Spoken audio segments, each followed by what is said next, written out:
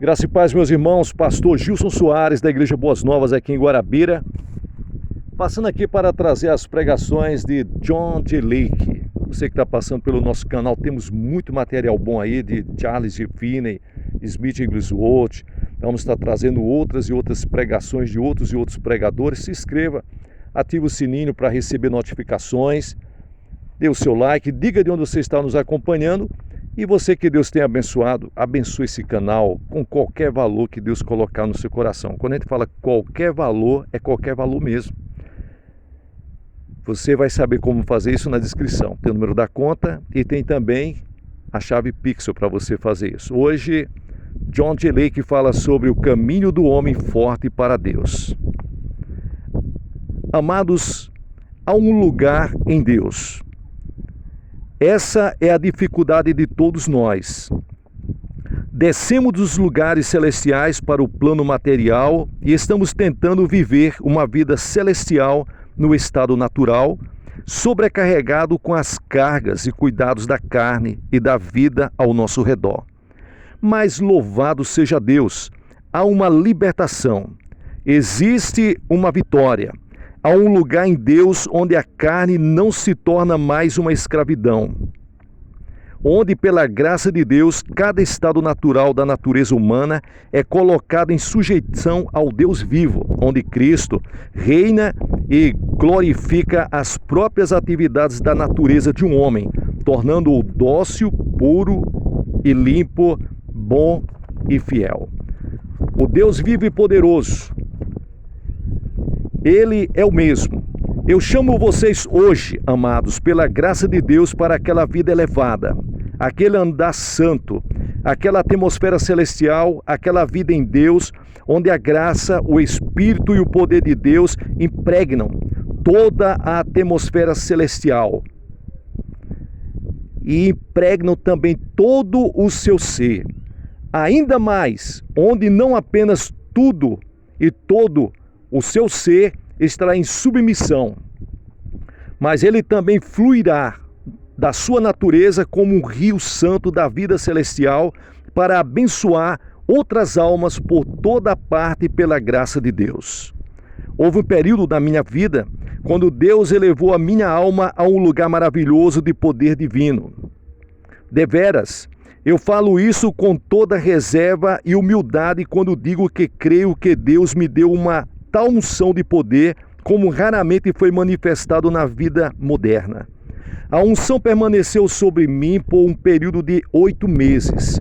Uma das evidências do poder de Deus naquela ocasião foi que Deus me deu uma tal consciência de domínio para expulsar espíritos malignos que os dementes e endemoniados eram trazidos de todas as partes para ser expulsos. E Deus me usava pelo poder do Espírito Santo, libertando todo aquele povo. Eles eram trazidos babando, eram trazidos completamente amarrados. E em muitos casos, para a medida que eu me aproximava deles, o Espírito de Cristo surgia dentro de mim com tal domínio, que ao agarrar as pessoas e olhar para os seus rostos, eu percebia que Deus me havia dado o poder para expulsar demônios. Em centenas de casos, os dementes eram curados e libertados instantaneamente. Tenho sido um estudante toda a minha vida. Não apenas um estudante de letras, mas de coisas das almas. Deus me ajudou pela graça, a sua graça, a tomar anotações e analisar as condições da minha própria alma.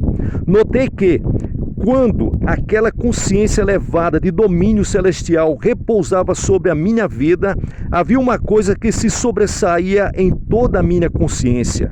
Isso era a visão do Cristo triunfante, o Filho de Deus, conforme foi retratado por João no Apocalipse, onde ele está em pé, na poderosa dignidade de um vencedor, declarando: eu sou o primeiro e o último, e o que vive para todos sempre. Amém. Tenho as chaves da morte e do inferno. Meus amados, quero dizer a vocês que a alma unida a Cristo é que é a alma que exercita o poder de Deus sobre aquela consciência elevada de domínio celestial, conforme se encontra no coração de Jesus Cristo ainda hoje, pois ele é o vencedor, o único vencedor.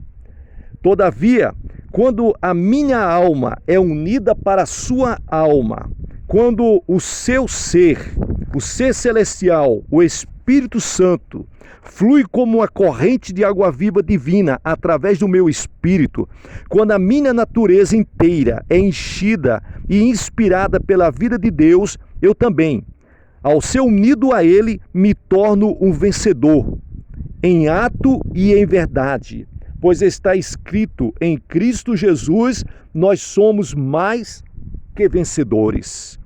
Estou contente em que Deus permitiu ao homem, mesmo por intervalos, subir para aquele lugar elevado de domínio em Deus. Por isso, demonstra o propósito de Deus em nossa própria vida, e isto glorifica a Deus.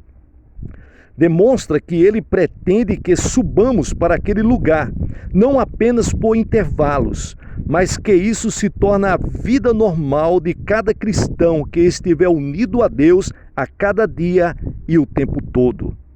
O cristianismo não é algo pelo qual devemos pedir desculpas. O cristianismo é a vida abundante e o poder consciente do Deus vivo, transmitidos para a natureza do homem, até que esta seja transformada pelo toque vivo e o próprio espírito, alma e ser são ativados e enchidos com a sua vida. Sim, com a sua vida, a vida de Deus. Então você se torna de fato, conforme Cristo pretendia, um verdadeiro Cristo. Isso assusta algumas pessoas, mas a finalidade do Evangelho de Jesus Cristo e o propósito da redenção do Filho de Deus é a de tornar cada homem que estiver amarrado pelo pecado e preso pelo sensualismo e escravizado pela carne, assim como ele é, em ação e em verdade, filhos de Deus. Não filhos de uma ordem inferior, mas filhos de Deus, assim como Jesus foi e é. Paulo declara: e ele mesmo deu uns para apóstolos, e outros para profetas, e outros para evangelistas, e outros para pastores e doutores, mestres. Efésios capítulo 4, versículo 11. E eu pergunto para você, para quê? Até que todos chegamos para a unidade da fé e do pleno conhecimento do Filho de Deus, para a perfeita varonilidade, para a medida da estatura da plenitude de Cristo. Não uma vida limitada, mas uma vida ilimitada. A ideia de Cristo, a ideia de Deus, sempre foi e ainda é que cada homem, através de Jesus Cristo, ao ser unido a Ele pelo Espírito Santo, seja transformado na perfeita imagem de Cristo. Cristo por dentro e Cristo por fora. Cristo no seu espírito, Cristo na sua alma e Cristo no seu corpo. Não apenas possuindo a sua vida, mas executando as suas obras pela graça de Deus. Este é o Evangelho do Filho de Deus. Era disso que Paulo não se envergonhava. Ele disse: porque não me envergonho do Evangelho de Cristo, pois é o poder de Deus para a salvação de todo aquele que crê, primeiro do judeu e também do grego. Romanos capítulo 1, versículo 16. Que coisa maravilhosa, que coisa incrível. Se qualquer pessoa tiver qualquer dúvida em sua alma a respeito da realidade do batismo no Espírito Santo, conforme foi derramado sobre o mundo nestes últimos 10 anos, essa questão devia ser para sempre resolvida em sua alma, através de um teste comum. Esse teste é que esse derramamento elevou a consciência do cristianismo para que este pudesse perceber do que consiste o verdadeiro cristianismo. Se alguém quiser analisar o desenvolvimento que tem vindo para a consciência cristã durante os últimos 200 anos, tudo o que ele precisa fazer é seguir a pregação dos grandes evangelistas que moveram o mundo. Pense em Jonathan Edwards, que de tal forma trovejava os terrores de Deus e de como era o inferno que os homens agarravam seus bancos com medo de caírem dentro do seu próprio inferno. Os homens eram movidos pelo medo, a fim de escaparem da maldição. Isso era suposto ser cristianismo. Qualquer covarde queria escapar do inferno. Ele poderia não ter tido a mínima ideia em sua alma a respeito do verdadeiro propósito do cristianismo. Mais tarde, outros deram um passo à frente e você poderá perceber a elevação da consciência. Eles diziam: não, salvar-se-á do inferno e do castigo não é o ideal do evangelho. O ideal é ser salvo para você poder ir para o céu. Então os homens eram salvos a fim de ganharem o céu quando morressem. Sempre tive um desejo de chorar em minha alma quando ouço os pregadores suplicando com os pecadores para que se tornem cristãos, a fim de irem para o céu quando morrerem. Meu Deus, será que não existe apelo além de algo tão absolutamente egoísta? Amados, vocês não percebem que o cristianismo é a essência da abnegação e do altruísmo? Ele não tem consideração pelo indivíduo egoísta. A coisa grandiosa acima de tudo no mundo e o único ideal digno de um cristão é que você e eu, juntamente com ele, possamos demonstrar para a humanidade algo elevado e belo, do qual o mundo está carente, e isso é o conhecimento de Deus. Então Jesus disse: para toda a justiça, e escreveu isso nas almas dos homens, marcando com ferro em brasa em sua consciência, as consciências humanas, e estampando-a nos seus corações, até que o mundo começasse a perceber o ideal que estava em sua alma.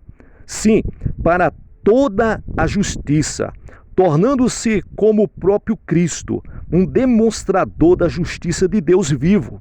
Isso é cristianismo, e somente isso é cristianismo, pois foi essa consagração do próprio Cristo.